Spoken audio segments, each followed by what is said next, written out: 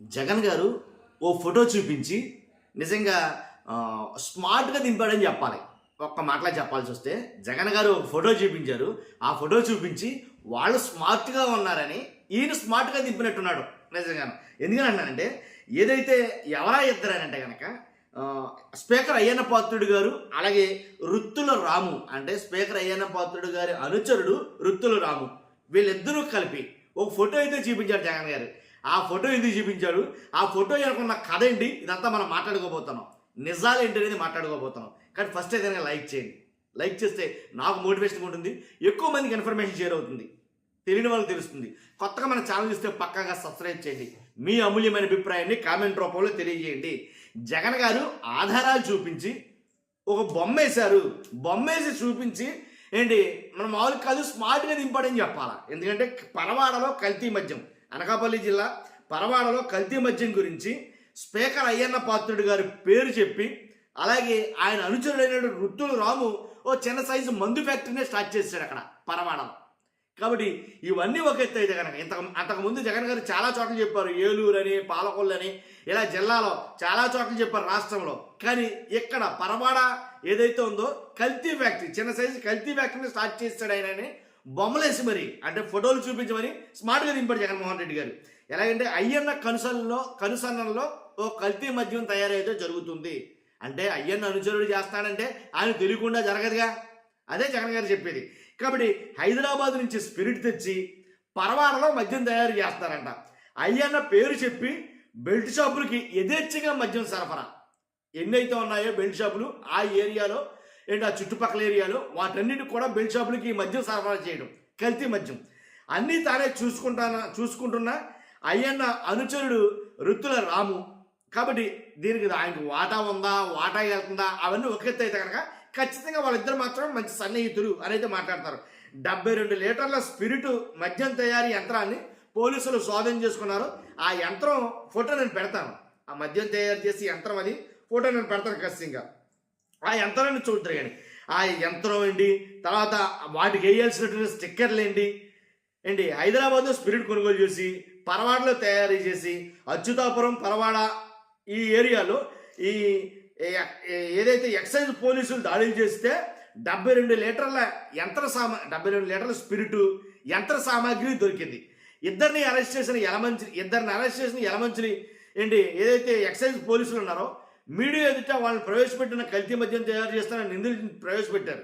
అయితే ఏం జరిగిందిరా అంటే కనుక హైదరాబాద్ నుంచి స్పిరిట్ తెచ్చుకోవడం 5 లీటర్ల క్యాన్లలో తెప్పించుకుని దానిలో కారామిల్ అనే రసాయనాన్ని కలిపి వెంటనే ఏసీ బ్లాక్ విస్కీలా రంగు మారిపోతుంది. ఆ కారామిన్ అనే ఒక రసాయనం ఏదైతే ఉందో ఆ రసాయనం కలపగానే అది ఎలా అంటే ఏసీ బ్లాక్ విస్కీలా రంగు మారిపోతుందంట.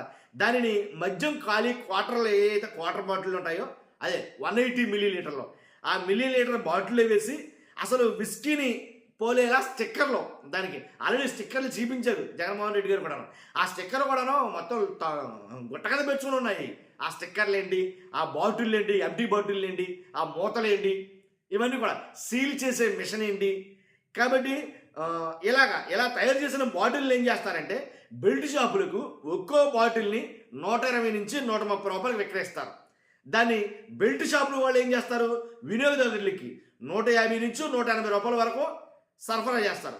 ఈ కల్తీ మద్యం తయారీతో 7 రెట్లు ఎక్కువ లాభం పొందొచ్చంటండి. అందు గురించే ఎమ్మెల్యేలు కానీ మంత్రులు కానీ ఎవరు చేసినా కానీ అంటే ఇంత అధిక లాభం ఏదో 1కి 2 రెట్లు లేకపోతే 1కి 1 లేకపోతే 1కి 2 రెట్లు కాదు, 1కి 7 రెట్లు లాభం పొందొచ్చంట అది. కాబట్టి నిందితుల నుంచి 72 లీటర్ల స్పిరిట్ 455 రూపాయలు ఖాళీ 455 ఖాళీ బాటిళ్ళు 1389 మూతలు అలాగే బాటిల్పై అతికించడానికి ముద్రించిన ఏసీ బ్లాక్ స్టిక్కర్లు కారామిల్ రసాయనం యంత్ర సామాగ్రిని స్వాధీనం చేసుకున్నారనుకోండి. తర్వాత నిందితులు 1 లీటర్ స్పిరిట్కి 100 రూపాయలు కొనుగోలు చేస్తారని 5 లీటర్ల స్పిరిట్ తోటి 27 కల్తీ మద్యం బాటిల్ క్వార్టర్ బాటిల్ తయారు చేస్తారని ఆయన తెలిపాడు అనమాట. కానీ కల్తీ మద్యం తాగితే కాలేయ సంబంధ వ్యాధులు బారిన పడతారని చివరికి అది ప్రాణాంతకంగా మారుతుందని సిఐ తెలిపారు.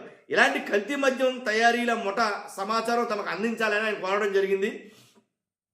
అలాగే యలమంచిల్లో ఏంటి ఆసుపత్రుల్లో చేతులు శుభ్రం చేసుకునేందుకు ఉపయోగించే స్పిరిట్ తోటి కల్తీ మద్యం తయారు చేస్తున్న ముఠా కూడా దొరికింది. అది యలమంచిల్లో. అర్థమైంది కదా? యలమంచిలో వాళ్ళు ఎలా తయారు చేస్తారో మన చేతులు కడుక్కోవడానికి హాస్పిటల్లో ఆపరేషన్ చేసిన వాళ్ళ చేతులు కడుక్కోవడానికి స్పిరిట్ వాడతారు. ఆ స్పిరిట్ తోటే కల్తీ మద్యం తయారు చేస్తారంటాడు. ఇలా ఒకటి కాదు రెండు కాదు, ఇలా ప్రతి చోట కూడా కల్తీ మద్యం అనేది యథేచ్ఛగా జరుగుతుంది. దీన్ని ఏం చేశారు, జగన్మోహన్ రెడ్డి గారు ప్రెస్ మీట్ పెట్టినప్పుడు ఏ చోట్ల కల్తీ మద్యం జరుగుతుందో, ఏదైతే ఏంటి ఒక ఏపీలో అతిపెద్ద కల్తీ మద్యం ముఠానే అండి ఆ డెన్ పట్టుకున్న తర్వాత దాన్ని జోగి రమేష్కి ఆపాదించాలని చూశారో, దాని మూలాలు ఆఫ్రికాలో ఉన్నాయి, ఇవన్నీ పెద్ద పెద్ద వ్యవహారమని ఎలా అయితే దాన్ని తప్పుదో పట్టించాలనుకున్నారో అవన్నీ ఒక ఎత్తు అయితే కనుక మరి వీటికి ఎక్కడ ఉన్నాయి మూలాలు అని అడిగాడు జగన్మోహన్ రెడ్డి గారు. వీటికి ఆఫ్రికాలో ఏం లేవుగా, ఇక్కడే కదా, లోకల్లోనే కదా. హైదరాబాద్ స్పిరిట్ తెచ్చుకున్నారు, ఇక్కడి నుంచి బాటిల్లో కలిపేసి అమ్మేస్తున్నారు కల్తీ మద్యం. మరి ఇది ఎవరు చేస్తున్నారో, ఇవి ఎవరు అండదండతో చేస్తారు ఎన్నిని అని ఈ పరవాడ గురించి చెప్పుకుంటూ వచ్చారు. పరవాడ అంటే ఇంకా స్పీకర్ అయ్యన్న పాత్రుడు గారు అనుచరుడు అయిన వృత్తిలో రాము. కాబట్టి వీళ్ళిద్దరూ కలిపి యథేచ్ఛగా ఏంటి బెల్ట్ షాపులు అన్నింటికి కూడా ఈ మద్యాన్ని సరఫరా చేస్తారు. ఇప్పటి నుంచి కాదు, ప్రభుత్వం వచ్చిన కాడి నుంచి సుమారుగా 17 నెలల నుంచి ఈ దంద యథేచ్ఛగా కొనసాగుతుంది. కాబట్టి దీన్ని ఎవరు ఆపలేరు అనే ధీమాతోటి మా వెనకాల నాయకుడు ఉన్నాడనే ధీమాతోటి వాళ్ళు అంటే విపరీతంగా చెలరైపోయారు. అర్థమవుతుంది కదా? కాబట్టి దాని విషయం అయితే కనుక ఫోటోలతో సహా ఆధారాలు చూపించి జగన్మోహన్ రెడ్డి గారు మన వాళ్ళు కాదు అయితే తెప్పడం జరిగింది. అది నేను చూస్తున్నాను. మీరు మీ అభిప్రాయం కామెంట్ రూపంలో తెలియజేయండి. ఫస్ట్ అయితే లైక్ చేయండి. Thank you very much.